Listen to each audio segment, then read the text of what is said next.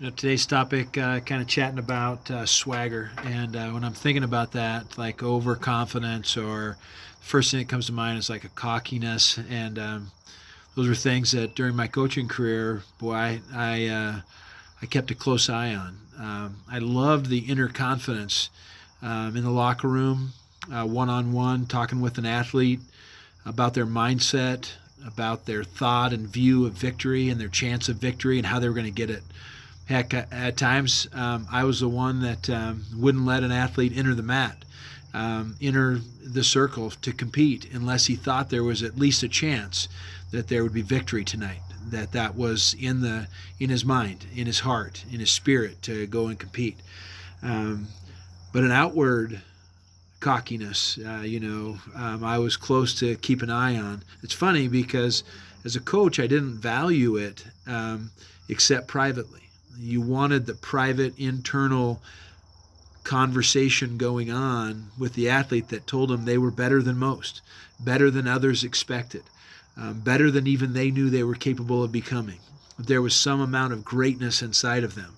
But when that went public and people talked about it, Muhammad Ali, Joe Namath, it in the UFC, right, with McGregor today, and that swing and swagger as they enter the ring to compete. As Americans, as a world of athletic people and viewing athletics, we love it. We thrive on it. We seek it. We watch it on YouTube. We watch the media clips over and over again. These statements of proclamation of just how great these individuals are themselves. But as a parent or as a coach, it's not something that I valued. I wanted it to be private. I wanted you to do your talking by your actions in practice every day. I wanted your talking to be your style of competition, that your actions would speak louder than any words you could come up with. But hey, we live in a society that recognizes just the opposite. But God's got some message for us on this topic as well. In Colossians 1:10 and 11, you will grow as you learn to know God better and better. You will be strengthened with all of his glorious power, so you will have all the endurance and patience you need. Scripture tells us not to praise ourselves, but to let others speak about us. Whatever field we work in, our job is to do the best we can and let our attitude, work ethic, gifts, and skills speak volumes.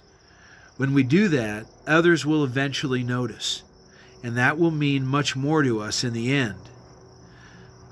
And to them than if we had to make them notice with our mouths, if we had to make statements about how great we are and then let them see if that comes true. I'd rather have our actions speak louder than our words.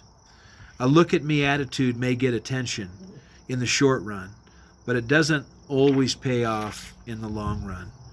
God honors humility, not pride. And so have the inner confidence, knowing that you are powered with the fuel of the most mighty one, the only, God himself, Spirit sitting inside of you. That is incredible power. But don't let it be boastful power. Don't let it be prideful power. Let it be a silent power. Let it be a power that comes with humility. Let your actions speak much louder than your words. Remember that it's his glorious power through which we operate. So if you are asked to speak, give the praise to the one that deserves it, and keep the spotlight off yourself and shine the light appropriately on others and or God himself that gave you the power, the gift, and the strength to do what you just did. Love you.